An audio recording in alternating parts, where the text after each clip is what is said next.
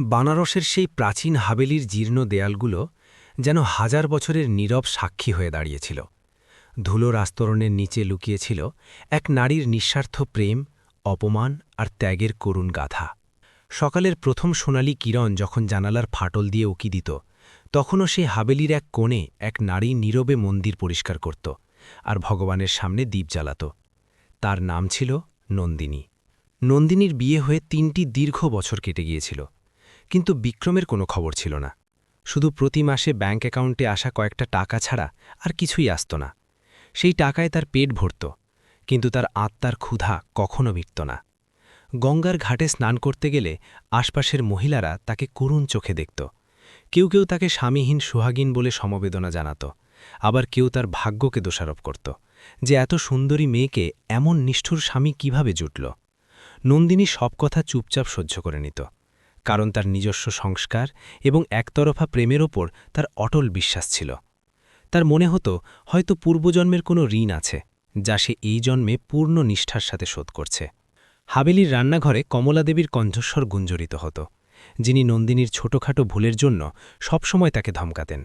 তাদের কাছে নন্দিনী শুধু একজন দাসীর মতোই ছিল, যাকে তাদের ছেলে বাধ্যতামূলকভাবে এই ঘরে রেখে গিয়েছিল। বিক্রম লন্ডনের চাকচিক্যে হারিয়ে গিয়েছিল এবং পিছনে ফেলে রেখে গিয়েছিল এই বৃদ্ধা মা আর এক অজানা সম্পর্ক। নন্দিনী কখনো প্রতিবাদ করত না। সে শুধু তার শাশুড়ির পায়ের ধুলো নিজের কপালে ঠেকিয়ে শান্তি বজায় রাখত। দিদিমা, যিনি হাবেলির সবচেয়ে উঁচু এবং শান্ত ঘরে থাকতেন, নন্দিনীর কাছে সাক্ষাৎ ঈশ্বরের রূপ ছিলেন। যখনই নন্দিনী তার কাছে যেত, তিনি তার মাথায় কাঁপা হাত রেখে দিতেন এবং তার চোখ থেকে অশ্রু ঝরে পড়ত। তিনি বলতেন, বেটা, আমার বিক্রম পাথরের মনের নয়, সে ফিরে আসবে। নন্দিনী শুধু হাসি দিয়ে তার পা মালিশ করতে শুরু করত, যদিও তার নিজের পা ক্লান্তি এবং একাকিত্বে প্রতি রাতে ভয়ানকভাবে ভেঙে পড়ত। বিয়ের সেই ৩ বছরে নন্দিনী বিক্রমের একটি ছবিও নিজের ঘর থেকে সরায়নি।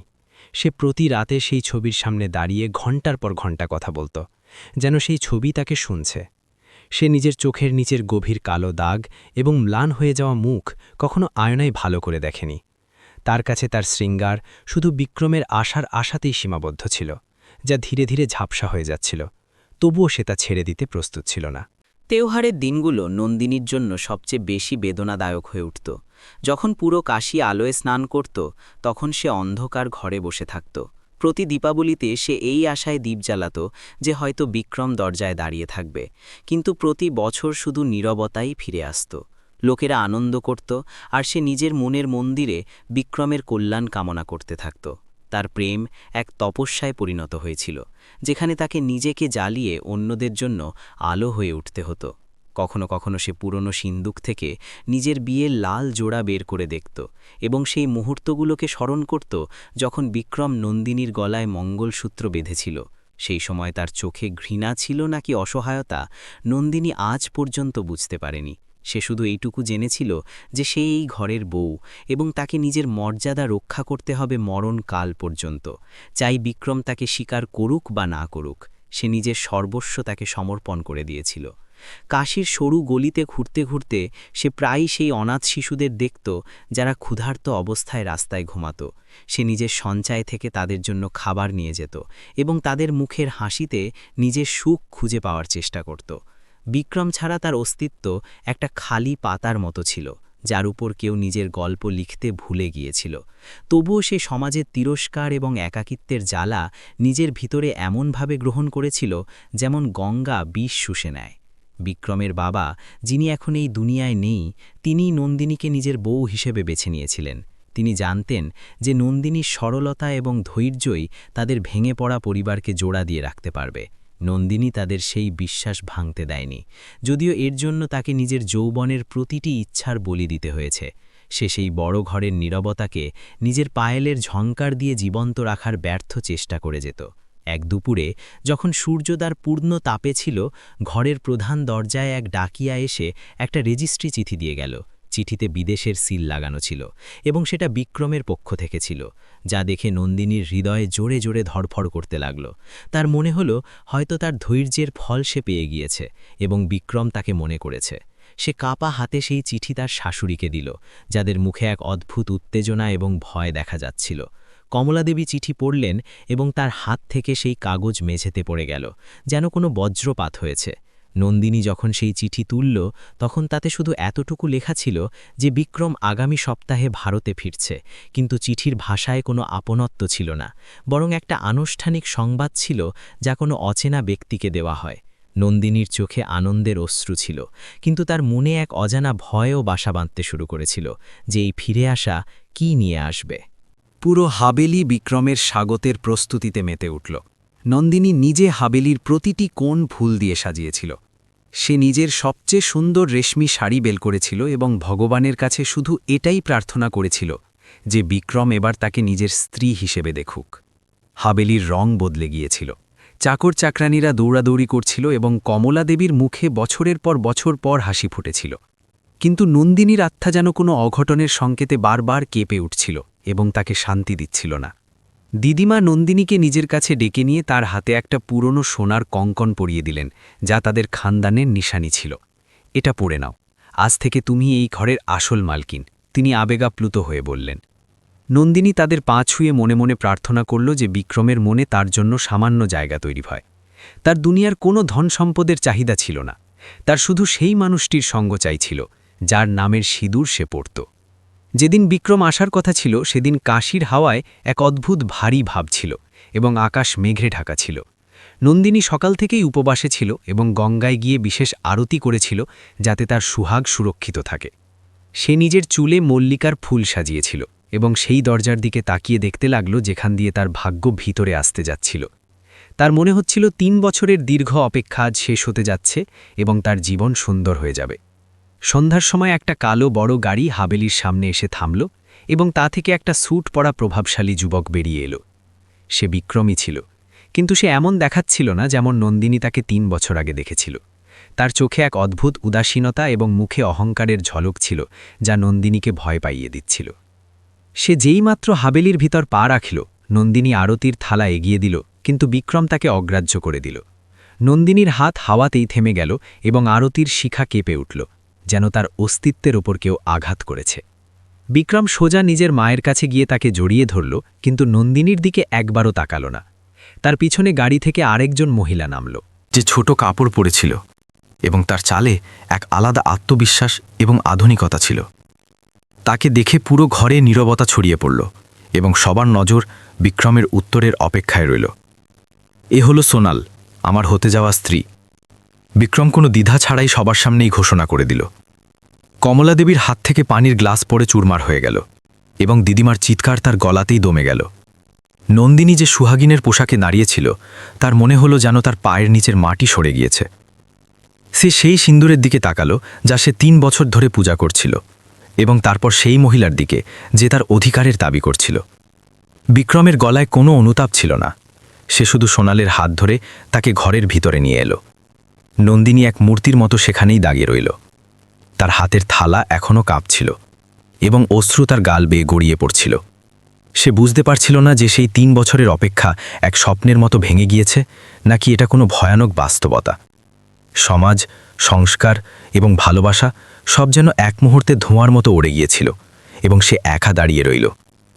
সোনাল নন্দিনীকে ওপর থেকে নিচ পর্যন্ত দেখে এক ব্যঙ্গাত্মক হাসির সাথে বলল, তাহলে এই সেই গ্রামের মেয়ে যার সাথে তোমার বিয়ে হয়েছিল। বিক্রম শুধু মাথা নাড়ল এবং তাকে নিজের পুরনো ঘরের দিকে নিয়ে গেল। সেই একই ঘর যেটা নন্দিনী ঘণ্টার পর ঘণ্টা পরিশ্রম করে সাজিয়েছিল। নন্দিনী নিজের ফোপানি থামানোর চেষ্টা করল, কিন্তু তার বুক ফেটে যাচ্ছিল। তার এহসাস হলো যে আইনত সে স্ত্রী হলেও বিক্রমের হৃদয়ে তার জন্য কখনো কোনো জায়গা ছিল না। সেই রাতে হাবেলিতে নীরবতা ছিল না, বরং অপমানের একটা প্রতিধ্বনি ছিল যা দেওয়ালে ধাক্কা খাচ্ছিল। রান্নাঘরে খাবার ঠান্ডা হয়ে গিয়েছিল, কারণ কেউই এক গ্রাসও গলা দিয়ে নামাতে পারেনি। নন্দিনী নিজের ঘরের দরজা ভিতর থেকে বন্ধ করে নিল এবং মেঝেতে বসে জোরে জোরে কাঁদতে লাগল। তার কর্মের উপর সন্দেহ হতে লাগল যে সে এমন কী পাপ করেছিল যার এত বড় শাস্তি তাকে পেতে হচ্ছে। তার ভালোবাসা একতরফাই রয়ে গিয়েছিল। সকালের প্রথম কিরণের সাথে সাথে হাবেলির শান্তি এক ভারী উত্তেজনায় পরিণত হয়েছিল। নন্দিনী কাপা হাতে চায়ের ট্রে তুলে নিল এবং বিক্রমের ঘরের দিকে পা বাড়াল, যেখানে এক সময় তার স্মৃতি বাস করত। ঘরের বাইরে দাঁড়িয়ে সে নিজের শ্বাস আটকে রাখল এবং নিজেকে ভিতরে যাওয়ার জন্য মানসিকভাবে প্রস্তুত করল। তার ভয় ছিল যে তার উপস্থিতি কোথাও বিক্রমের রাগকে আবার না জাগিয়ে দেয়, যা গতরাতে স্পষ্ট দেখা যাচ্ছিল।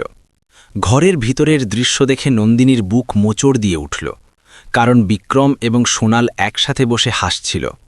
সোনালের চুল এলোমেলো ছিল এবং সে বিক্রমের খুব কাছে বসেছিল, যা ভারতীয় সংস্কারের বিরুদ্ধে এক খোলা চ্যালেঞ্জ ছিল। নন্দিনী চুপচাপ টেবিলে চা রেখে নিচু হয়ে বিক্রমের পা ছোঁয়ার চেষ্টা করল, যেমন সে প্রতি সকালে তার ছবির সাথে করত। কিন্তু বিক্রম ঝটকা দিয়ে নিজের পা পিছিয়ে নিল, যেন নন্দিনীর স্পর্শ তাকে অপবিত্র করছে। তুমি এখানে কেন এসেছ? বিক্রমের গলায় বরফের মতো ঠান্ডা ভাব ছিল, যা নন্দিনীর হৃদয়কে চিরে দিল। সে কোনো উত্তর দিল না, শুধু নিচু করা চোখে মেঝের দিকে তাকিয়ে রইল, যেখানে তার মর্যাদা ছড়িয়ে পড়েছিল। সোনাল এক কুটিল হাসির সাথে নন্দিনীকে দেখে বিক্রমকে বলল যে তাকে এই ধরনের পুরনো প্রথা এবং গ্রামের বউ একদম পছন্দ নয়। বিক্রম সোনালের হাত ধরে তাকে আশ্বাস দিল যে শিগগিরই সবকিছু বদলে যাবে। রান্নাঘরে কমলাদেবী রাগে লাল পিত হয়ে যাচ্ছিলেন, কারণ তাদের খানদানের নাক কাটা যাচ্ছিল। তিনি নন্দিনীকে ডেকে ধমক দিলেন যে সে কেন নিজের স্বামীকে বসে রাখতে পারছে না। নন্দিনী চুপচাপ সব শুনতে লাগল, যেন সব দোষ তারই যে তার স্বামী অন্য কারো সাথে ভালোবাসে। তার মনে হলো এই ঘরে সে শুধু একটা বস্তু হয়ে রয়ে গিয়েছে, যার ব্যবহার শুধু সেবার জন্য করা হয়, কোনো অধিকার ছাড়াই। দিদিমা বিক্রমকে নিজের কাছে ডেকে খানদানের ইজ্জতের দোহাই দিলেন, কিন্তু বিক্রমের ওপর কোনো প্রভাব পড়ল না। সে স্পষ্ট করে বলে দিল যে সে নন্দিনীর সাথে কখনো থাকেনি এবং থাকবেও না, কারণ এই বিয়ে তার মর্জি ছাড়াই হয়েছে। তার কাছে সোনাল তার ভবিষ্যৎ এবং নন্দিনী শুধু একটা বোঝা, যাকে সে আর বহন করতে চায় না। দিদিমার চোখে হতাশার অশ্রু ছিল, যা কাশীর সেই পুরনো হাভেলির পড়ে যাওয়া অস্তিত্বের প্রতীক ছিল। সারা দিন সোনাল হাভেলিতে নিজের মর্জি চালাতে লাগল। সে নন্দিনীর দ্বারা সাজানো পর্দা এবং ফুলগুলো সরিয়ে ফেলে দিল। সে চাইছিল ঘরের প্রতিটি কোণ তার আধুনিক পছন্দ অনুসারে হয়, যদিও তাতে ঘরের আত্মাকেই মেরে ফেলা হয়। নন্দিনী কোনো প্রতিবাদ করল না, সে শুধু চুপচাপ সেই ফুলগুলো গুছিয়ে গঙ্গায় ভাসিয়ে দিল। তার মনে হলো যেন তার নিজের সুখও সেই ম্লান ফুলগুলোর মতো পানির ঢেউয়ে ভেসে যাচ্ছে, এবং কেউ তাকে বাঁচানোর নেই। দুপুরের খাবারের সময় টেবিলে এক অদ্ভুত নীরবতা ছড়িয়েছিল, যা কোনো বড় ঝড় আসার সংকেত দিচ্ছিল। কমলাদেবী সোনালকে বারবার ধমকানোর চেষ্টা করছিলেন, কিন্তু বিক্রম প্রতিবার সোনালের পক্ষ নিয়ে ঢাল হয়ে দাঁড়িয়ে যাচ্ছিল। নন্দিনী সবাইকে খাবার পরিবেশন করছিল, যেন সে সেই ঘরের সদস্য নয়, বরং কোনো বাইরের ঝি। তার হাতের চুড়িগুলো খনখন করছিল, যা হয়তো তার অভ্যন্তরীণ চিৎকারকে লুকানোর এক ব্যর্থ চেষ্টা করছিল। সন্ধ্যায় যখন বিক্রম এবং সোনাল ঘাটে ঘুরতে গেল, তখন পুরো মহল্লায় ফিসফাস শুরু হয়ে গেল যে সিংঘানিয়া পরিবারের ছিলে এক মিম নিয়ে এসেছে। নন্দিনী জানালা থেকে তাদের যেতে দেখে নিজের ভাগ্যের ওপর কাঁদতে লাগল, যা সে পরিশ্রম করে গড়েছিল। তার মনে পড়ল কিভাবে সে 3 বছর ধরে প্রতিটি ব্রত রেখেছে এবং প্রতিটি মন্দিরে মাথা ঠেকিয়েছে যাতে বিক্রম ফিরে আসে। এখন যখন সে এসেছে, তখন নন্দিনীর জন্য নয়, বরং তার ধ্বংসের সামগ্রী নিয়ে এসেছে। রাতের অন্ধকারে হাভেলি আরও ভয়ানক লাগছিল, যেখানে নন্দিনী নিজের ঘরে একা বসে দেয়ালের দিকে তাকিয়েছিল। পাশের ঘর থেকে বিক্রম এবং সোনালের হাসির আওয়াজ আসছিল, যা নন্দিনীর কানে গুলিত কাঁচের মতো ঢুকছিল। সে ভগবান শিবের কাছে জিজ্ঞাসা করল যে এটাই কি তার নিঃস্বার্থ প্রেমের ফল, যে তাকে এভাবে অপমানিত হতে হচ্ছে। সে বুঝতে পারছিল না যে সে নিজের মর্যাদা বাঁচাবে নাকি নিজের অস্তিত্বের লড়াই লড়বে। পরের দিন বিক্রম বাড়িতে উকিল ডেকে আনল, যাতে ঘরের সব সদস্য চমকে উঠল এবং কমলাদেবীর হৃদয়ে বসে যাচ্ছিল। নন্দিনীর কিছু বুঝতে পারছিল না, কিন্তু তার এহসাস হয়ে গিয়েছিল যে কিছু খুব খারাপ ঘটতে যাচ্ছে, যা তার দুনিয়া উজাড় করে দেবে। উকিলের হাতে কয়েকটা কাগজ ছিল, যা দেখে বিক্রমের চোখে এক অদ্ভুত চমক এবং নিষ্ঠুরতা দেখা যাচ্ছিল। নন্দিনী শুধু এক কোণে নাড়িয়ে নিজের শাড়ির পল্লু আঙুলে প্যাঁচাচ্ছিল। বিক্রম নন্দিনীকে সবার সামনে ডেকে নিয়ে সেই কাগজগুলো তার হাতে ধরিয়ে দিল, যাতে তালাক লেখা ছিল। ঘরে নীরবতা এত গভীর ছিল যে নন্দিনীর চলতে থাকা শ্বাসও সবাইকে শোনা যাচ্ছিল। সে সেই কাগজগুলো ছুঁয়ে দেখল, তখন তার মনে হল যেন সেগুলো কোনো জ্বলন্ত অঙ্গার, যা তার স্বপ্নগুলোকে ছাই করে দেবে। বিক্রম নির্দয়ভাবে বলল যে সেটাকে যথেষ্ট খোরপোশ দেবে, শর্ত হল সে শান্তিতেই ঘর থেকে চলে যাবে। আমার 3 বছরের অপেক্ষা কি শুধু এই কাগজগুলোর দামের সমান?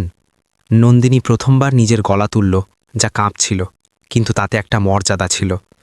বিক্রম হেসে বলল যে সে কখনো তাকে স্ত্রী মানেইনি। তাহলে অপেক্ষার কোনো মূল্য থাকে না। সোনাল পাশে দাঁড়িয়ে সিগারেটের ধোঁয়া ওড়াচ্ছিল, যা কাশীর সেই পবিত্র আবহাওয়ায় বিষ মিশিয়ে দিচ্ছিল। নন্দিনীর মনে হল যেন তার ঈশ্বরও আজ তার থেকে মুখ ফিরিয়ে নিয়েছে। কমলাদেবী বিক্রমকে চর মারতে চাইলেন, কিন্তু বিক্রম তার হাত হাওয়াতেই আটকে দিলেন এবং নিজের মাকেও সতর্ক করে দিলেন। সে বলল যে যদি এই ঘরে থাকতে হয় তবে তার শর্তে থাকতে হবে, নয়তো সে সোনালের সাথে চিরকালের জন্য শহর ছেড়ে চলে যাবে। মা অসহায় হয়ে গেলেন, কারণ তাদের ছেলেই তাদের দুনিয়া ছিল এবং তারা নন্দিনীকে বাঁচানোর সাহস জোগাড় করতে পারলেন না। নন্দিনী দেখল কিভাবে সম্পর্কের দড়ি স্বার্থের সামনে দুর্বল প্রমাণিত হচ্ছে। দিদিমা ঘর থেকে চিৎকার করে বিক্রমকে গালাগালি দিলেন এবং বললেন যে কর্ম তাকে কখনো ক্ষমা করবে না, কারণ সে এক সতী স্থির অপমান করেছে। বিক্রম দিদিমার কথাগুলোকে পাগলামি বলে উড়িয়ে দিল এবং নন্দিনীর উপর চাপ দিতে লাগল যে সে তাড়াতাড়ি সই করে দিক। নন্দিনীর চোখ থেকে অশ্রু পড়ছিল না, বরং তার আত্মা রক্তাক্ত হচ্ছিল, যার আওয়াজ কারো কানে যাচ্ছিল না। তার মনে হলো ত্যাগেরও একটা সীমা আছে, যা এখন পার হয়ে গিয়েছে। সোনাল নন্দিনীর কাছে গিয়ে ফিসফিস করে বলল যে তাকে নিজের ওকাত বুঝতে হবে এবং এক হেরে জামা জুয়ার মতো মাঠ ছেড়ে দিতে হবে। নন্দিনী সোনালের চোখে তাকিয়ে দেখল এবং সেখানে শুধু অন্ধকার এবং লোভ ছাড়া আর কিছুই দেখতে পেল না, যা বিক্রমকে ধ্বংস করে দেবে। সে ভাবল সে কি বিক্রমকে সতর্ক করবে, কিন্তু তারপর তার মনে হলো যে মানুষ নিজেকে অন্ধ বানিয়ে ফেলেছে তাকে আলো দেখানো যায় না। তার হৃদয় এখন পুরোপুরি ভেঙে গিয়েছিল। নন্দিনী সেই কাগজগুলো টেবিলে রেখে দিল এবং বিক্রমের কাছে একদিনের সময় চাইল, যাতে সে নিজেকে এই মানসিক আঘাতের জন্য প্রস্তুত করতে পারে। বিক্রম অনিচ্ছা সত্ত্বেও রাজি হয়ে গেল, কিন্তু সে স্পষ্ট করে দিল যে কাল সকালের মধ্যে তাকে সিদ্ধান্ত নিতেই হবে, নয়তো সে তাকে ধাক্কা দিয়ে বাইরে বের করে দেবে। নন্দিনী চুপচাপ নিজের ঘরে চলে গেল এবং নিজের ছোট সিন্দুক খুলে ফেলল, যেখানে তার মায়ের দেওয়া কিছু স্মৃতি ছিল। তার এখন নিজের ভবিষ্যতের কোনো পরোয়া ছিল না। সেই রাতে নন্দিনী কিছু খায়নি। সে শুধু জানালার কাছে বসে গঙ্গার ঢেউ দেখছিল, যা রাতের নীরবতায় রহস্যময় লাগছিল। সে ভাবল সে কি নদীতে ঝাঁপ দিয়ে নিজের জীবন দিয়ে দেবে, কিন্তু তারপর তার ধর্ম এবং কর্মের শিক্ষা মনে পড়ল। আত্মহত্যা করা কাপুরুষতা, এবং সে কখনো কাপুরুষ হতে শেখেনি। যদিও তার পুরো দুনিয়া জট পাকিয়ে গিয়েছে, সে স্থির করল যে সে এই অগ্নি পরীক্ষা থেকে গুজরে যাবে এবং নিজের মর্যাদা হারাবে না। সকাল হতেই হাভেলিতে আবার হইচই শুরু হয়ে গেল, কিন্তু আজ নন্দিনীর মুখে এক অদ্ভুত শান্তি ছিল, যা কালকের ঝড়ের পর এসেছিল। সে নিজের শাড়ি ঠিক করল, কপালে সিন্দুর লাগাল এবং বিক্রমের সামনে গিয়ে দাঁড়াল, যেখানে পুরো পরিবার জড়ো হয়েছিল। বিক্রমের মনে হল সে হয়তো ভিক্ষা চাইবে বা কাঁদবে, কিন্তু নন্দিনী কিছু না বলে কলম তুলে নিল এবং সেই কাগজগুলোর উপর নিজের দস্তখত করে দিল। সেই মুহূর্তটা যেন ইতিহাসের পাতায় এক গভীর আঁচড়ের মতো লিপিবদ্ধ হয়ে গেল।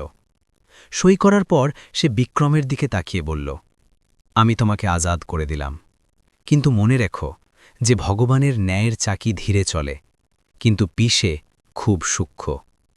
বিক্রম সেই কাগজগুলো ছিনিয়ে নিল, যেন কোনো ধন পেয়ে গিয়েছে, যদিও সোনালের চোখে জয়ের ঝলক ছিল। নন্দিনী পিছনে না তাকিয়ে নিজের ঘরের দিকে রওনা দিল, যাতে সে নিজের জিনিসপত্র গুছিয়ে সেই কারাগার থেকে বেরিয়ে যেতে পারে, যাকে সে কখনো ঘর ভেবেছিল। কমলাদেবী এবং দিদিমা তাকে আটকানোর চেষ্টা করতে চাইলেন, কিন্তু তাদের গলা তাদের গলাতেই আটকে গেল, কারণ তারা বিক্রমের বিরুদ্ধে দাঁড়াতে পারলেন না। নন্দিনী তাদের পা ছুঁয়ে আশীর্বাদ নিল, যেন সে কোনো তীর্থযাত্রায় যাচ্ছে। নিজের ঘর থেকে বিতাড়িত হয়ে সে নিজের চুড়িগুলো খুলে রেখে দিল এবং সাদা কাপড় পরে নিল, যা তার আসতে যাওয়া জীবনের সংগ্রাম এবং সরলতার সংকেত দিচ্ছিল। যখন সে হাভেলির প্রধান দরজা দিয়ে বাইরে বেরিয়ে এলো, তখন সূর্যের প্রথম কিরণ তার স্বাগত জানাল, যেন সে তাকে নতুন দিক দেখাচ্ছে। বিক্রম এবং সোনাল বারান্দা থেকে তাকে যেতে দেখছিল, কিন্তু নন্দিনী একবারও মুখ ফিরিয়ে সেই হাভেলির দিকে তাকালো না, যেখানে সে নিজের যৌবনের ৩ বছর কুরবান করে দিয়েছিল। সে সোজা গঙ্গার তীরের দিকে চলে গেল, যেখানে তাকে নিজের শান্তি এবং নতুন জীবনের ভিত্তি খুঁজে নিতে হবে। কাশীর রাস্তায় হাঁটতে হাঁটতে নন্দিনীর মনে হল যে সে আজ প্রথমবার সত্যিই মুক্ত হয়েছে সেই বেড়িগুলো থেকে, যা সমাজ এবং একতরফা প্রেম তাকে পুড়িয়েছিল। তার চোখে এখন অশ্রু নেই, বরং একটা সংকল্প আছে যে সে নিজের পরিচয় নিজে তৈরি করবে এবং কারও দয়া দাক্ষিণ্যের ওপর বাঁচবে না। পিছনে পড়ে রইল সেই আলিশান হাভেলি এবং সেই মিথ্যা সম্পর্কগুলো, যা তাকে শুধু দুঃখই দিয়েছিল, কিন্তু এখন তার সামনে এক অসীম আকাশ এবং গঙ্গার পবিত্র আঁচল ছিল। যেইমাত্র সে ঘাটের সিঁড়িতে পৌঁছাল সে নিজের গলা থেকে সেই মঙ্গলসূত্র খুলে ফেলল যেটা বিক্রম তাকে পুড়িয়েছিল এবং সেটাকে গঙ্গার ঢেউয়ের কাছে সমর্পণ করে দিল। সে অনুভব করল যে তার কর্ম এখন তাকে এক নতুন রাস্তায় নিয়ে যাচ্ছে, যেখানে তাকে নিজের আত্মার শুদ্ধি করতে হবে। বিক্রমের জন্য সেখান থেকে তার কর্ম ভালোই শেষ হয়ে গিয়েছিল, কিন্তু নন্দিনীর জন্য এটা এক নতুন শুরু ছিল, যার শেষ শুধু ঈশ্বরই জানতেন, এবং এখন তার কোনো কিছুরই কোনো ভয় ছিল না। উধার হাভেলিতে বিক্রমের মনে হল যে সে যুদ্ধ জিতে গিয়েছে, কিন্তু তার এই ব্যাপারে কোনো আন্দাজ ছিল না যে সে নিজের ঘরের লক্ষ্মীকে বিদায় করে দিয়েছে। সোনাল জয়ের উৎসব পালন করার জন্য শরাবের বোতল খুলল, যা সেই পবিত্র শহরের প্রথার ওপর এক কড়ারা তমাচা ছিল। বিক্রম প্রথমবার এক অদ্ভুত অস্বস্তি অনুভব করল, যেন ঘরের হাওয়া কম হয়ে যাচ্ছে, কিন্তু সে এটাকে নিজের ক্লান্তি ভেবে উড়িয়ে দিল এবং উৎসবে যোগ দেওয়ার চেষ্টা করল। নীরবতা এখনও হাভেলিতে ছড়িয়েছিল, কিন্তু এটা আগের মতো ছিল না। এতে এখন এক অপরাধ বোধ এবং আসন্ন ধ্বংসের প্রতিধ্বনি লুকিয়েছিল। নন্দিনী চলে যাওয়ার পর ঘরের রৌনক যেন উধাও হয়ে গিয়েছিল, এবং দেয়ালে লাগানো রঙও এখন আরও বেশি পুরনো এবং বর্ণহীন দেখাতে শুরু করেছিল। বিক্রমের মনে হল সবকিছু ঠিক আছে, কিন্তু বাস্তবে তার খারাপ দিনের শুরু ঠিক সেই মুহূর্ত থেকেই হয়ে গিয়েছিল যখন নন্দিনী সেই ঘরের শেষ চৌকাঠ পেরিয়ে গিয়েছিল। গঙ্গার ঘাটে ঢুলে পড়া সূর্য আকাশকে সিঁদুরি রঙে রাঙিয়ে দিচ্ছিল, যেন প্রকৃতি ও নন্দিনীর সুহাগের উজাড় হওয়ার শোক পালন করছে। ঢেলুলের শব্দ আজ আগের চেয়ে অনেক বেশি গভীর এবং বিষাদময় রাখছিল, যেন তারা কোনো বিদায়ের গান গাইছে। বিক্রম সেখানে দাঁড়িয়ে নিজের ঘড়ি দেখছিল, যেন ওই পবিত্র সম্পর্ক শেষ করার জন্য তার খুব তাড়া ছিল। সোনাল তার পাশে দাঁড়িয়ে নিজের জয় হাসছিল এবং বারবার বিক্রমকে উস্কানি দিচ্ছিল যে সেই নাটকটা তাড়াতাড়ি শেষ করুক। নন্দিনী ধীরে ধীরে সিঁড়ি নেমে তাদের কাছে পৌঁছাল। তার মুখে এমন এক শান্তি ছিল যা দেখে বিক্রমের একটু বিভ্রান্তি হল। সে নিজের সরলতা এবং মর্যাদা ছাড়েনি, যদিও তার ভিতরে দুঃখের পাহাড় ভেঙে পড়ছিল। বিক্রম নিজের পকেট থেকে সেই লিফাফা বের করল, যেখানে তালাকের শেষ কাগজ ছিল, এবং সেগুলো নন্দিনীর দিকে এগিয়ে দিল। তার চোখে কোনো দয়া ছিল না, বরং এক অদ্ভুত বিরক্তি ছিল, যা নন্দিনীর সহনশীলতা দেখে আরও বেড়ে যাচ্ছিল। এটা ধরো এবং এতে দস্তখত করো, যাতে আমরা দুজনেই চিরকালের জন্য এই বোঝা থেকে মুক্ত হয়ে যাই, বিক্রম কর্কশ গলায় বলল। সে এগিয়ে গিয়ে নন্দিনীর চরিত্র এবং তার ৩ বছরের তপস্যার মজা ওড়াল, যাকে সে এখন বোকামি বলছিল। তার শব্দগুলো কোনো ধারালো খঞ্জরের মতো নন্দিনীর বুকে বিঁধছিল, কিন্তু সে নিজের পলকও ফেলল না। তার এহসাস হল যে যে মানুষটাকে সে নিজের দেবতা মানত, সে আসলে মাটির এক সাধারণ পুতুলও ছিল না। সোনাল তীর্যকভাবে বলল যে নন্দিনীর মতো লোকেরা শুধু ত্যাগের ভান করে, যাতে সমাজের সহানুভূতি আদায় করতে পারে এবং বড় ঘরে টিকে থাকতে পারে। নন্দিনী তার দিকে এক শান্ত দৃষ্টি দিল, যাতে না ঘৃণা ছিল না রাগ, বরং শুধু গভীর করুণা ছিল। সে অনুভব করল যে সোনাল সেই আগুনের সাথে খেলছে যা শেষ পর্যন্ত তাকেও পুড়িয়ে ছাই করে দেবে। নন্দিনী কোনো দ্বিধা ছাড়াই কলম ধরল এবং কাগজগুলোর ওপর নিজের জীবনের সবচেয়ে বড় হারে দস্তখত করে দিল। যেইমাত্র দস্তখত হল, বিক্রম একটা স্বস্তির নিঃশ্বাস ফেলল এবং নন্দিনীকে বলল যে সে এখন যেখানে খুশি যেতে স্বাধীন। সে এটাও বলল যে তার এই মহানতার জন্য তাকে কোনো পুরস্কার মিলবে না, কারণ সে নিজের জীবন নিজেই বরবাদ করেছে। নন্দিনী কাগজ ফেরত দিতে দিতে ধীর গলায় বলল যে সে এসব পুরস্কারের জন্য করেনি, বরং নিজের ধর্মের জন্য করেছে। তার শব্দগুলোতে এমন শক্তি ছিল যা এক মুহূর্তের জন্য বিক্রমের অহংকারকে নাড়িয়ে দিয়েছিল। সূর্য এখন পুরোপুরি ডুবে গিয়েছিল এবং ঘাটে দীপদানের প্রস্তুতি শুরু হয়ে গিয়েছিল, যার আলো পানিতে ঝিলমিল করছিল। নন্দিনী নিজের হাত থেকে সেই শেষ সোনার আংটিও খুলে ফেলল, যেটা তার মা তাকে বিদায়ের সময় দিয়েছিলেন। সে সেটা বিক্রমের দিকে এগিয়ে দিয়ে বলল যে তার এখন কোনো সাংসারিক বস্তুর প্রয়োজন নেই যা তাকে এই ঘরের সাথে জুড়ে রাখে। বিক্রম সেটা নিতে অস্বীকার করল, কিন্তু নন্দিনী সেটা সেখানেই পাথরের উপর রেখে দিল এবং নিজের ছোট থলি তুলে নিল। আমার কর্ম তোমার সাথে এখানেই শেষ হয়ে যাচ্ছে। বিক্রম নন্দিনী শেষবার তার নাম নিল এবং তার চোখের দিকে তাকাল। সেই দৃষ্টিতে এত গভীরতা ছিল যে বিক্রম চাইলেও নিজের চোখ সরাতে পারল না, এবং সে নিজের মুখ অন্যদিকে ঘুরিয়ে নিল। নন্দিনী ঘাটের সিঁড়ি স্পর্শ করল এবং গঙ্গা মাতার কাছে নিজের পরবর্তী যাত্রার জন্য শক্তি চাইল, কারণ এখন তার কোনো ঠিকানা ছিল না। সে ভিড়ের মধ্যে ধীরে ধীরে অদৃশ্য হয়ে যেতে লাগল, যেখানে হাজার হাজার মানুষ নিজেদের দুঃখের পুটলি নিয়ে এসেছিল। রাতের অন্ধকার বানারসের গলিতে ছড়িয়ে পড়েছিল এবং ঠান্ডা হাওয়া শরীর ও মনকে ঝাঁকিয়ে দিচ্ছিল, কিন্তু নন্দিনীর পা থামল না। সে স্থির করে নিয়েছিল যে সে আর সেই হাভেলির ছায়াতেও থাকবে না, যেখানে তার আত্মসম্মান বারবার পিষে ফেলা হয়েছিল। তার কাছে শুধু একজোড়া কাপড় এবং কিছু স্মৃতি ছিল যা এখন আর বোঝা নয়, বরং অভিজ্ঞতা হয়ে গিয়েছিল। সে একবারও পিছন ফিরে সেই ঐশ্বর্যের দিকে তাকালো না, যা পাওয়ার জন্য মানুষ নিজের আত্মা পর্যন্ত বিক্রি করে দেয়। রাস্তায় তার সাথে এক বুড়ো ভিখারি দেখা হলো, যে ক্ষুধায় ছটফট করছিল। নন্দিনী নিজের পুটলি থেকে বাঁচানো এক টুকরো তাকে দিয়ে দিল। তার বোঝা হলো যে আসল সুখ ত্যাগে আছে, না যে সম্পর্ককে জোর করে টেনে রাখায়, যা আগেই মরে গিয়েছে। তার চোখ থেকে এখন আর অশ্রু ঝরছিল না, কারণ তার ভিতরের সমুদ্র এখন পুরোপুরি শান্ত এবং গভীর হয়ে গিয়েছিল। সে সেই অনাথ আশ্রমের দিকে এগিয়ে যাচ্ছিল, যেখানে তার শৈশবের সাহারা মিলেছিল। এখন সে অন্যদের সাহারা হতে চাইছিল। উধারঘাটে বিক্রম এবং সোনাল নিজেদের সাফল্যের উৎসব পালন করার জন্য শহরের সবচেয়ে দামি হোটেলের দিকে চলে গেল। কিন্তু বিক্রমের মনে এক অদ্ভুত অস্বস্তি ছিল। নন্দিনী সেই শান্ত মুখ এবং তার বিদায়ের সেই মর্যাদা বারবার তার মনে পড়ছিল, যা তাকে ভিতরে ভিতরে কুড়ে কুড়ে খাচ্ছিল। সে ভেবেছিল নন্দিনী চলে গেলে তাকে শান্তি মিলবে, কিন্তু তার মনে হল তার ঘরের রুহি তার সাথে চলে গিয়েছে। হাভেলি এখন শুধু ইট আর পাথরের এক কাঠামো হয়ে রয়ে গিয়েছিল। সোনালের কথাগুলো এখন তাকে ততটা সুখকর লাগছিল না যতটা লন্ডনে লাগত, কারণ এখানকার পরিবেশ অন্য কিছু বলছিল। সে যত জোরে হাসত, বিক্রমের ততটাই বেশি খালি ভাব অনুভব হতো, যা ধীরে ধীরে তার হৃদয়ের কোণে নিজের ঘর বানাচ্ছিল। সে শরাবের গ্লাসে নিজের এই অস্বস্তি ডুবিয়ে দেওয়ার চেষ্টা করল, কিন্তু নন্দিনীর বলা কর্মের শব্দ তার কানে গুঞ্জরিত হচ্ছিল। তার মনে হল যেন সে খুব বড় ভুল করে ফেলেছে, যার পরিণাম খারাপ হতে যাচ্ছে। নন্দিনী নিজের প্রথম রাত এক ছোট আশ্রমের বারান্দায় কাটাল, যেখানে আরও অনেক অসহায় নারীরা ঘুমাচ্ছিল, যাদের সমাজ ঠেলে দিয়েছিল। সে মেঝেতে পাতা সেই ছেঁড়া চাটাইকেই নিজের সিংহাসন মেনে নিল এবং আরামের ঘুমের চেষ্টা করল, যা তাকে বছরের পর বছর ধরে আসেনি।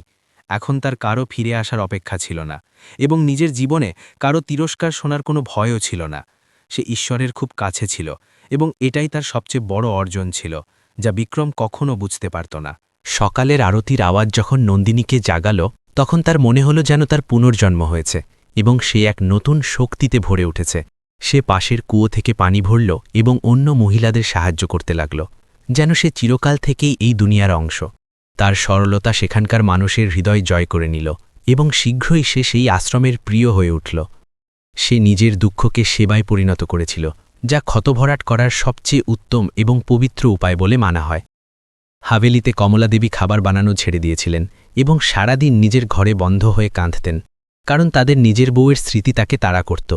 তিনি বিক্রমের সাথে কথা বলা বন্ধ করে দিয়েছিলেন এবং সোনালকে নিজের চোখের সামনে দেখাও তাদের সহ্য হতো না। ঘরের প্রতিটি কোণ নন্দিনীর অনুপস্থিতি অনুভব করছিল, চাই সেটা তুলসীর গাছ হোক বা রান্নাঘরের সুবাস। বিক্রমকে এখন নিজেই নিজের চা বানাতে হতো, কারণ সোনালের এসব কাজে প্রবল ঘৃণা ছিল। সোনাল বিক্রমের উপর চাপ দিতে শুরু করল যে তারা দুজনে শীঘ্রই মুম্বাই বা লন্ডন ফিরে যাক, কারণ তার বানারসের এই পিছিয়ে পড়া সংস্কৃতি একদম পছন্দ ছিল না। বিক্রম দ্বিধায় ছিল, কারণ তার বুড়ি মা এবং দিদিমাকে এই অবস্থায় ছেড়ে যাওয়ার সাহস হচ্ছিল না। তার প্রথমবার এহসাস হল যে নন্দিনী কিভাবে কোনো অভিযোগ ছাড়াই এদের সবার দেখাশোনা করত, এবং তার বদলে সে তাকে কি দিয়েছে। তার বিবেক এখন তাকে দোষারোপ করতে শুরু করেছিল, এবং তার রাতের ঘুম উড়ে যাচ্ছিল। একদিন বিক্রম ভুল করে নন্দিনীর আলমারি খুলে ফেলল, যেখানে তার একটা পুরনো শাড়ি এবং কিছু শুকনো মল্লিকার ফুল রাখা ছিল, যাদের সুবাস এখনও বাকি ছিল। সেই ফুলগুলো দেখে তার সেই দিন মনে পড়ল, যখন নন্দিনী তাকে প্রথমবার দেখেছিল। তার চোখে কতটা আশা এবং নিঃস্বার্থ প্রেম ছিল। সে সেই ফুলগুলো হাতে নিয়ে ফুপিয়ে ফুপিয়ে কাঁদতে লাগল, যেন তার নিজের হারের এহসাস হয়ে গিয়েছে। যাকে সে বোঝা ভাবছিল, সেই তার জীবনের আসল ভিত্তি এবং সাহারা ছিল। সে সোনালকে বলল যে সে এখনও বানারস ছাড়তে পারবে না, যার ওপর সোনাল খুব বড় হাঙ্গামা বাঁধিয়ে দিল এবং তাকে ভালো মন্দ বলতে লাগল। তার জিভ থেকে বের হওয়া তিক্ত শব্দ বিক্রমকে নন্দিনীর সেই মিষ্টি গলার কথা মনে করিয়ে দিচ্ছিল, যা সবসময় সম্মানে ভরা থাকত। তার বোঝা হতে লাগল যে আকর্ষণ এবং প্রেমের মধ্যে কি পার্থক্য হয়, এবং সে একটা দামি হিরেকে পাথরের জন্য ফেলে দিয়েছে। সোনালের আসল চেহারা এখন ধীরে ধীরে তার সামনে উন্মোচিত হতে শুরু করেছিল, যা খুব ভয়ানক ছিল। উধার নন্দিনী আশ্রমের বাচ্চাদের পড়াতে শুরু করেছিল এবং তাদের খিলখিল হাসিতে নিজের সুখ খুঁজে পেয়েছিল, যা তাকে দুনিয়ার কোনো ঐশ্বর্যে মেলেনি। সে নিজের পুরনো জীবনকে পুরোপুরি পিছনে ফেলে দিয়েছিল এবং এখন সে শুধু একজন শিক্ষিকা এবং সেবিকা হিসাবে পরিচিত হতো। লোকেরা তাকে দিদি বলে ডাকত এবং তার সম্মান করত, যা তাকে একজন স্ত্রী হিসাবে কখনো মেলেনি। সে নিজের ভাঙা হৃদয়ের টুকরোগুলো দিয়ে অন্যদের জন্য এক সুন্দর ঘর বানিয়ে নিয়েছিল। সময় চলে যেতে লাগল এবং বানারসের ঠান্ডা বাড়তে শুরু করল। কিন্তু হাভেলির পরিবেশ আরও বেশি ঠান্ডা এবং প্রাণহীন হয়ে যেতে লাগল, কারণ সেখানে এখন প্রেমের কোনো নামগন্ধ ছিল না। বিক্রম প্রায়ই ঘণ্টার পর ঘণ্টা ঘাটে বসে থাকত এবং অজানা পথচারীদের মধ্যে নন্দিনীর মুখ খুঁজে বেড়াত, কিন্তু সে কোথাও দেখা যেত না। তার এখন নিজের ধন সম্পদ এবং মর্যাদার ওপর ঘৃণা হতে শুরু করেছিল, কারণ সেগুলো তাকে সেই শান্তি দিতে পারছিল না যা নন্দিনীর একটা হাসিতে থাকত। এক সন্ধ্যায় বিক্রম স্থির করল যে সে নন্দিনীকে খুঁজবে এবং তার কাছে নিজের করা ভুলের জন্য ক্ষমা চাইবে, যদিও এর জন্য তাকে যত ঠোকরি খেতে হয়। সে সোনালকে স্পষ্ট করে বলে দিল যে সে তার সাথে আর এগোতে পারবে না, কারণ তার মন এবং আত্মা এখনও নন্দিনীর কাছেই বন্দী আছে। সোনাল তাকে ছেড়ে চলে গেল, কিন্তু বিক্রমের এতে কোনো দুঃখ হল না, বরং তার মনে হল একটা বোঝা নেমে গিয়েছে। সে এখন এক পাগল প্রেমিকের মতো নিজের স্ত্রীর খোঁজে বেরিয়ে পড়ল। সে শহরের প্রতিটি কোণ, প্রতিটি মন্দির এবং প্রতিটি ঘাটে নন্দিনীর ছবি দেখাল, কিন্তু কেউ তাকে কোনো নির্দিষ্ট তথ্য দিল না, কারণ নন্দিনী নিজের পরিচয় বদলে ফেলেছিল। তার পা ক্লান্ত হয়ে গিয়েছিল এবং তার মুখ ম্লান হয়ে গিয়েছিল, কিন্তু তার চোখে এখন শুধু একটাই লক্ষ্য ছিল, নন্দিনীর দর্শন। তার এহসাস হল যে কর্ম সত্যিই কাজ করছে এবং এখন তাকেও সেই একাকিত্ব এবং দুঃখের মুখোমুখি হতে হচ্ছে যা সে নন্দিনীকে দিয়েছিল। নন্দিনীর জানতে পারল যে কেউ তাকে খুঁজছে, কিন্তু সে সামনে না আসার সিদ্ধান্ত নিল, কারণ সে নিজের নতুন জীবনে খুব খুশি এবং শান্ত ছিল। তার মনে হল এখন পুরনো ক্ষতগুলোকে আবার খুঁচিয়ে লাভ নেই, কারণ তারা দুজন এখন দুটো আলাদা রাস্তার যাত্রী। সে নিজের প্রার্থনায় বিক্রমকে ক্ষমা করে দিয়েছিল, কিন্তু তার সাথে থাকার চিন্তা এখন তার মন থেকে পুরোপুরি বের হয়ে গিয়েছিল। সে এখন শুধু নিজের আত্মার ডাক শুনছিল। বিক্রমের অবস্থা দিন দিন খারাপ হতে লাগল। সে খাওয়া দাওয়া প্রায় ছেড়ে দিয়েছিল এবং শুধু গলিতে ঘুরে বেড়াত। তার চুল বড় হয়ে গিয়েছিল এবং তার কাপড় ময়লা হয়ে গিয়েছিল। তাকে দেখে কেউ বলতে পারত না যে সে সেই ধনী এবং অহংকারী বিক্রম সিংহানিয়া। তার এই দশা দেখে লোকেদের তার ওপর দয়া হতে লাগল, কিন্তু তার শুধু নিজের স্ত্রীর স্পর্শের খোঁজ ছিল। নিজের ভুলের প্রায়শ্চিত্ত করার জন্য এখন তার শুধু একটা সুযোগের খোঁজ ছিল। অবশেষে এক পুরনো পুরোহিত তাকে ইশারা দিল যে সে সেই দূরের আশ্রমে যাক, যেখানে শান্তি এবং সেবার বাস। হয়তো তার খোঁজ সেখানেই শেষ হবে।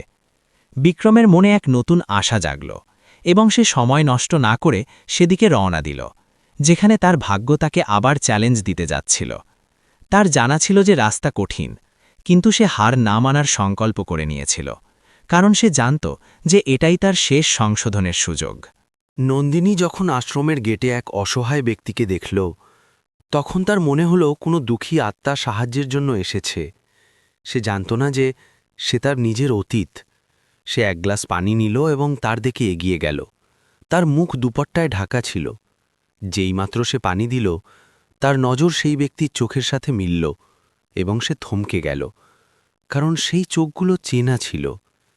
সেই মুহূর্তটা যেন সময়ের ঘড়িতে থেমে গিয়েছিল এবং দুজনের মধ্যে নীরবতা হাজার শব্দের চেয়েও ভারী হয়ে গিয়েছিল। বিক্রম ভেবেছিল নন্দিনী চলে যাওয়ার পর তার জীবনে সুখের বন্যা আসবে, কিন্তু হাভেলির নীরবতা তাকে ভয় পাইয়ে দিতে লাগল।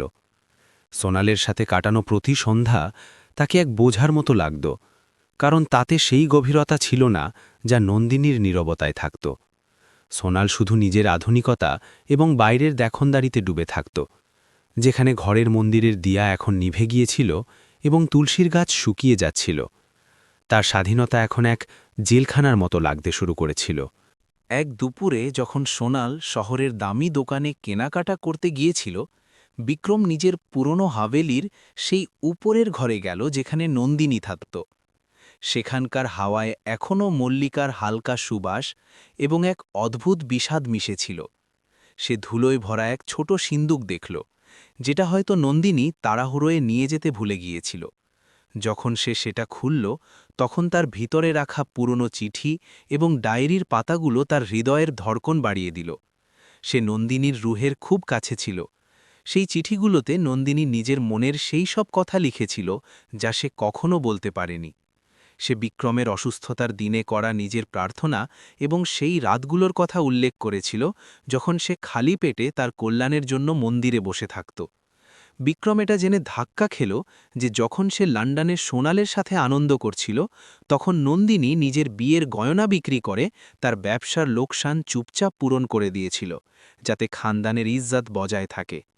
ডায়েরির শেষ পাতায় লেখা ছিল, স্বামী আমার, আপনার ওপর কোনো অভিযোগ নেই, হয়তো আমার প্রেমই আপনার যোগ্য ছিল না। এই শব্দগুলো পড়ে বিক্রমের চোখ থেকে অশ্রু এমনভাবে ঝরতে লাগল যেন কোনো পুরনো বাঁধ ভেঙে গিয়েছে। তার প্রতিটি গালি এবং প্রতিটি অপমান এক বিষাক্ত তীরের মতো তার নিজের বুকে বিঁধতে লাগল, যা সে নন্দিনীর নির্দোষ হৃদয়ে ছুঁড়েছিল। তার এহসাস হল যে সে এক দেবীর অপমান করেছে এবং এখন তার কর্ম তাকে কখনো শান্তিতে বাঁচতে দেবে না। সোনাল যখন ফিরে এলো তখন সে বিক্রমকে কাঁদতে দেখে তার মজা ওড়াল, যা শুনে বিক্রমের রাগ সপ্তম আকাশে চড়ে গেল।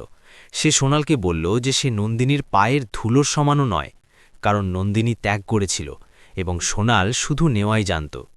তাদের মধ্যে ভয়ানক ঝগড়া হলো এবং সোনাল স্পষ্ট করে বলে দিল যে তার এমন কাঁদতে থাকা মানুষের সাথে থাকার কোনো আগ্রহ নেই। সে চলে গেল। সোনাল চলে যাওয়ার পর হাভেলি আরও বেশি জনশূন্য হয়ে গেল, কিন্তু এখন বিক্রম সেই জনশূন্যতার মধ্যে নন্দিনীর উপস্থিতি অনুভব করতে লাগল। সে প্রতি রাতে সেই বিছানার কোণে বসে ঘণ্টার পর ঘণ্টা ক্ষমা চাইত, যেখানে একসময় নন্দিনী ঘুমাত। তার মা কমলা দেবী এখন বিছানায় শুয়ে পড়েছিলেন এবং তিনি শুধু নন্দিনীর নাম ধরে ডাকতেন। বিক্রম অনুভব করল যে ঘরের বরকত এবং শান্তি আসলে সেই এক নারীর সাথেই চলে গিয়েছে যাকে সে নিজের হাতে বের করে দিয়েছিল। বিক্রম এখন সিদ্ধান্ত নিয়েছিল যে সেই নন্দিনীকে ফিরিয়ে আনবে, যদিও এর জন্য তাকে পুরো দুনিয়া খুঁজে বেড়াতে হয়। সে নিজের কাজকর্ম চাকরদের ভরসায় ছেড়ে দিল এবং বানারসের গলিতে এক ফকিরের মতো ঘুরতে লাগল। সে প্রতিটি ঘাট এবং মন্দিরে গেল যেখানে নন্দিনী যাওয়ার সম্ভাবনা ছিল, কিন্তু কোথাও তার সন্ধান মিলছিল না। তার মুখের জ্যোতি শেষ হয়ে গিয়েছিল এবং তার চোখে শুধু গভীর অনুতাপ এবং বিরহের আগুন বাকি ছিল। একদিন তার জানা গেল যে নন্দিনী ঋষিকেশের কোনো আশ্রমে আশ্রয় নিয়েছে, তাই সে না ভেবে সেখানের জন্য বেরিয়ে পড়ল। পুরো রাস্তায় সে শুধু সেই পুরনো দিনগুলো মনে করছিল, যখন নন্দিনী তার পছন্দের খাবার বানাত এবং তার ক্লান্তি দূর করার জন্য ঘণ্টার পর ঘণ্টা পা টিপে দিত। তার নিজের পৌরুষের ওপর লজ্জা হতে লাগল, যা এক নিরীহ নারীর মমতাকে দুর্বলতা ভেবে নিয়েছিল। সে মনে মনে ঈশ্বরের কাছে প্রার্থনা করছিল যে অন্তত একবার নন্দিনী তাকে ক্ষমা করে দিক। ঋষিকেশ পৌঁছে বিক্রমের চোখে গঙ্গার ঢেউয়ে নন্দিনীর ছবি দেখা দিতে লাগল, যা তাকে নিজের দিকে ডাকছিল।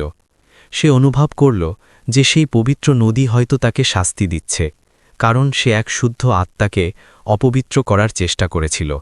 সে প্রতিটি ছোট বড় আশ্রমে গেল, সাধুদের পা ছুঁয়ে তাদের কাছে প্রার্থনা করল যে তারা তাকে তার হারানো শান্তি ফিরিয়ে দিন। কিন্তু শান্তি তো শুধু নন্দিনীর কাছেই ছিল, যে এখন তার কাছে এক অমীমাংসিত ধাঁধা হয়ে গিয়েছে এবং দূরে পালাচ্ছে। ঘুরতে ঘুরতে বিক্রমের শরীর পুরোপুরি ভেঙে পড়েছিল এবং তাকে জ্বরে ধরে ফেলেছিল। সে একটা গাছের নিচে পড়ে গেল এবং অচেতন অবস্থায় শুধু নন্দিনীর নাম বিড়বিড় করতে লাগল। তার মনে হল তার মৃত্যু কাছে এসে গিয়েছে এবং সে নিজের স্ত্রীকে দেখে ছাড়াই এই দুনিয়া থেকে বিদায় নেবে। তখন কয়েকজন স্থানীয় লোক তাকে দেখে পাশের এক ধর্মার্থ চিকিৎসালয়ে নিয়ে গেল, যেখানে অসহায় মানুষদের সেবা করা হতো। সেখানকার পরিবেশ খুব শান্ত এবং আধ্যাত্মিক ছিল। যখন বিক্রমের জ্ঞান ফিরল, তখন সে নিজের মাথায় কারো ঠান্ডা হাত অনুভব করল, যা তার জ্বলন্ত কপালকে আলতো করে স্পর্শ করছিল। সেই স্পর্শে সে এক চেনা মমতা অনুভব করল, যা তার সব দুঃখ এক মুহূর্তে শুষে নিয়েছিল। সে নিজের ভারী পলক খুলল এবং সামনে সেই মুখ দেখল যা তার রাতের ঘুম এবং দিনের শান্তি কেড়ে নিয়েছিল। সে নন্দিনীই ছিল, কিন্তু তার রূপে এক দৈবিক পরিবর্তন এসে গিয়েছিল, যা আগে কখনো দেখা যায়নি। নন্দিনীর সাদা বস্ত্র এবং মুখে ছড়িয়ে থাকা বৈরাগ্যের শান্তি বিক্রমের কাছে কোনো শাস্তির চেয়ে কম ছিল না। সে অনুভব করল যে সে আর সেই পুরনো নন্দিনী নেই, যাকে সে নিজের আঙুলে নাচাতে পারত। সে এখন ঈশ্বরের দাসী হয়ে গিয়েছে এবং তার হৃদয়ে এখন সংসারের মোহমায়ার জন্য কোনো জায়গা বাকি ছিল না।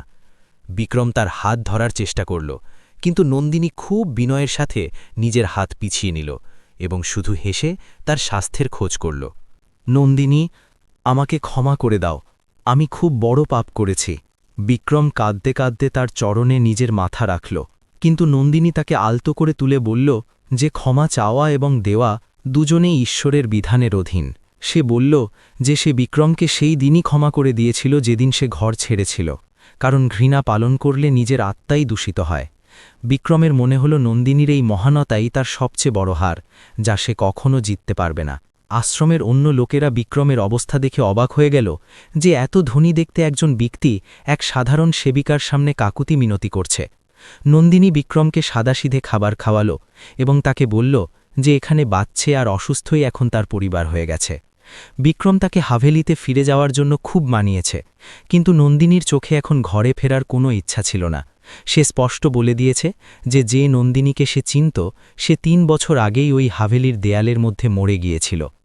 বিক্রমের মনে হয়েছিল যে অনুতাপের আগুনে পুড়ে যাওয়াই এখন তার ভাগ্য হয়ে গেছে, যাকে সে আর বদলাতে পারবে না। সে নন্দিনীকে বলল যে সেও এখন আশ্রমেই থাকবে আর তার সেবায় বাকি জীবন কাটাবে। নন্দিনী তাকে বুঝিয়েছে যে তার কর্ম হল তার বুড়ি মায়ের সেবা করা, যে ঘরে তার পথ চেয়ে আছে। সে বলল যে আসল প্রায়শ্চিত্ত সেই জায়গায় গিয়ে হয় যেখানে অপরাধ করা হয়েছে, না যে এখানে শান্তিতে পালিয়ে আসা থেকে। বিক্রমের আত্মাকে ঝাঁকুনি দিতে দিতে নন্দিনী বলল যে যদি সে সত্যিই বদলাতে চায় তাহলে তাকে তার সম্পত্তির ব্যবহার সেই গরিবদের জন্য করা উচিত যাদের এর সবচেয়ে বেশি দরকার। বিক্রমের নিজের ভুল বোঝা হয়ে গিয়েছিল যে সে এখনও স্বার্থের জন্য নন্দিনীকে পেতে চাইছিল, যাতে তার নিজের দুঃখ কম হয়। সে ঠিক করেছে যে সে এখন তার স্ত্রীর ইচ্ছার সম্মান করবে আর সমাজের প্রতি তার কর্তব্য পালন করবে, যেমন নন্দিনী সবসময় চেয়েছিল।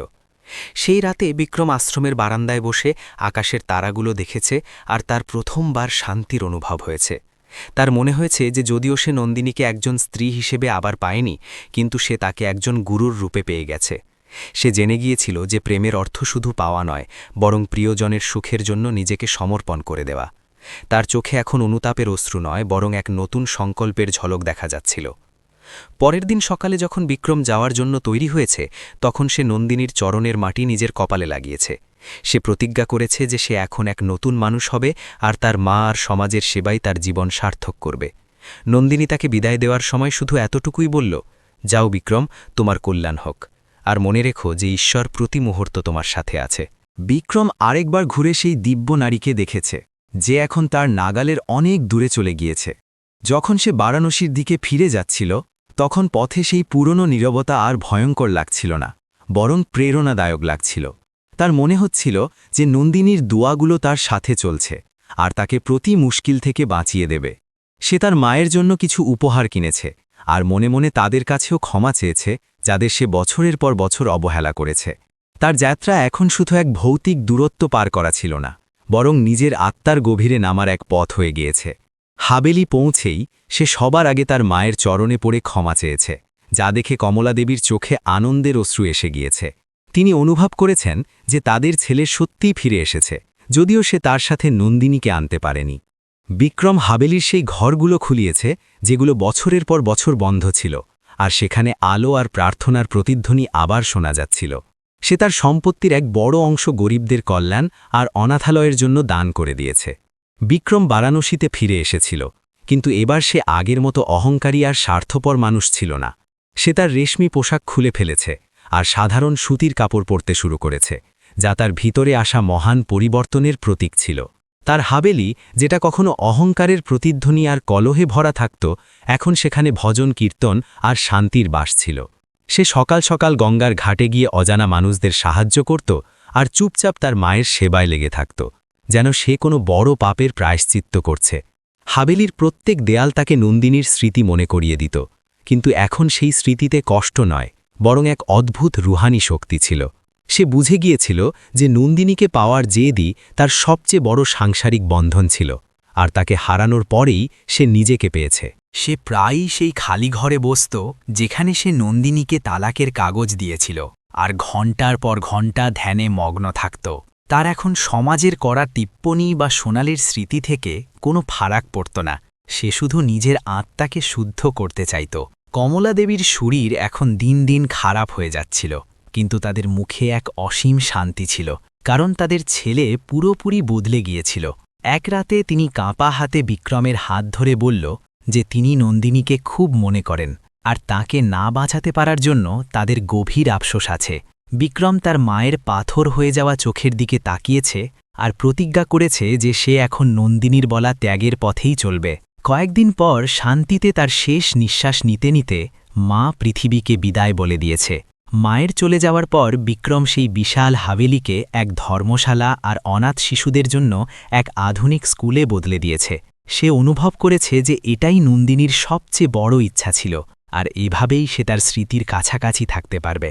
সে নিজে বাচ্চাদের গণিত আর সাহিত্য পড়াত আর তাদের সাথে খেলত, যাতে তার সোনা জীবন আবার চকচক করতে শুরু করেছে। বারাণসীর লোকেরা এখন তাকে মহারাজ না বলে শিক্ষক বাবু বলে ডাকত, যা তার জন্য পৃথিবীর কোনো খেতাবের চেয়ে বড় আর সম্মানজনক ছিল। বছরগুলো কেটে গেছে। বিক্রমের চুল এখন রূপোর মতো সাদা হয়ে গিয়েছে, আর তার চোখে এক স্থির আর গভীর ঝলক ছিল। সে কখনো দ্বিতীয় বিয়ে করেনি, কারণ তার হৃদয়ের মন্দিরে শুধু নন্দিনীর ছবিই প্রতিষ্ঠিত ছিল, যাকে কেউ মুছে ফেলতে পারবে না। সে প্রতি বছর ঋষিকেশে যেত, কিন্তু কখনো নন্দিনীর সামনে আসেনি, শুধু দূর থেকে বাচ্চাদের আদর করতে দেখে নিত। সে জানত যে নন্দিনী এখন এক উঁচু আধ্যাত্মিক স্তরে আছে, যেখানে এখন সাংসারিক সম্পর্কের নাগাল পাওয়া সম্ভব নয়। এক সকালে তার খবর পাওয়া গেছে যে ঋষিকেশের সেই পুরনো আশ্রমে এক মহান সাধ্বীর দেহান্ত হয়েছে, যাকে সবাই মায়া বলে ডাকত। বিক্রমের হৃদয়ে জোরে ধরফর করে উঠেছে, কারণ তার অন্তরাত্মা থেকে জানা ছিল যে সে কে ছিল। তার পায়ে যেন জোরই ছিল না। সে তৎক্ষণাৎ ঋষিকেশের পথ ধরেছে। তার মন প্রার্থনা আর পুরনো স্মৃতির স্রোতে পুরোপুরি ডুবে গিয়েছে। সে শেষবার সেই পবিত্র আত্মার দর্শন করতে চেয়েছে, যে তাকে সঠিক অর্থে মানুষ হতে শিখিয়েছে। যখন সে আশ্রমে পৌঁছেছে, তখন সে দেখেছে যে নন্দিনীর দেহাবশেষ সাদা ফুলের মাঝে শুয়ে আছে, আর মুখে এক অলৌকিক হাসি ছিল। এমন লাগছিল যেন সে কোনো গভীর ঘুমে ঘুমিয়ে আছে, আর এখন এই দুনিয়ার কোনো দুঃখের অনুভূতি তার নেই। বিক্রম তার চরণে পড়ে গিয়েছে, আর তার সারা জীবনের জমানো কষ্ট সেই অশ্রুতে বয়ে গেছে, যা সে বছরের পর বছর আটকে রেখেছিল। সেখানে উপস্থিত সব সাধু আর অনাথ বাচ্চারা ফুপিয়ে ফুপিয়ে কাঁদছিল, কারণ তাদের মমতাময়ী মা চলে গিয়েছে। নন্দিনীর শেষকৃত্য পবিত্র গঙ্গার সেই তীরেই করা হয়েছে, যেখানে বিক্রম কাপা হাতে তার মুখাগ্নি দিয়েছে, কারণ তার আর কোনো আত্মীয় ছিল না। যেমন যেমন আগুনের শিখা আকাশের দিকে উঠছিল, বিক্রম অনুভব করেছে যে তার প্রত্যেক অপরাধ আর অহংকারও সেই আগুনে পুড়ে ছাই হয়ে যাচ্ছে। সে অনুভব করেছে যে শুদ্ধ আত্মা কখনো মরে না, সে শুধু এক রূপ থেকে অন্য দিব্য রূপে বিলীন হয়ে যায়। নন্দিনী এখন বারাণসীর হাওয়ায় আর গঙ্গার ঢেউয়ে চিরকালের জন্য অমর হয়ে গিয়েছে। বিক্রম আবার বারাণসীতে ফিরে এসেছে, আর সে তার বাকি সব জীবন নন্দিনীর সেই অসমাপ্ত সামাজিক স্বপ্নগুলো পূরণ করতে লাগিয়ে দিয়েছে। সে এক বিশাল গ্রন্থাগার আর হাসপাতাল নির্মাণ করিয়েছে, যেখানে জাতি বা ধনের ভিত্তিতে কোনো ভেদাভেদ করা হয় না। সে সমাজের সেই ভিন্ন রীতিনীতির বিরুদ্ধে আওয়াজ তুলেছে, যেগুলো নন্দিনীর মতো কত নিরীহ নারীর জীবন নষ্ট করেছে। লোকেরা তাকে এক সন্তের মতো পূজা করতে শুরু করেছে, কিন্তু সে নিজেকে শুধু এক দাস মনে করত। তার জীবনের শেষ দিনগুলোতে বিক্রম গঙ্গার কিনারায় বসে ঢেউয়ের ওঠানামা দেখছিল, আর তার পুরো গল্প মনে পড়ে গিয়েছে। তার এখন বোঝা হয়েছে যে কর্ম শুধু শাস্তি দেওয়ার শক্তি নয়, বরং এটা নিজেকে চেনা আর শুদ্ধ করার এক কঠিন পথ।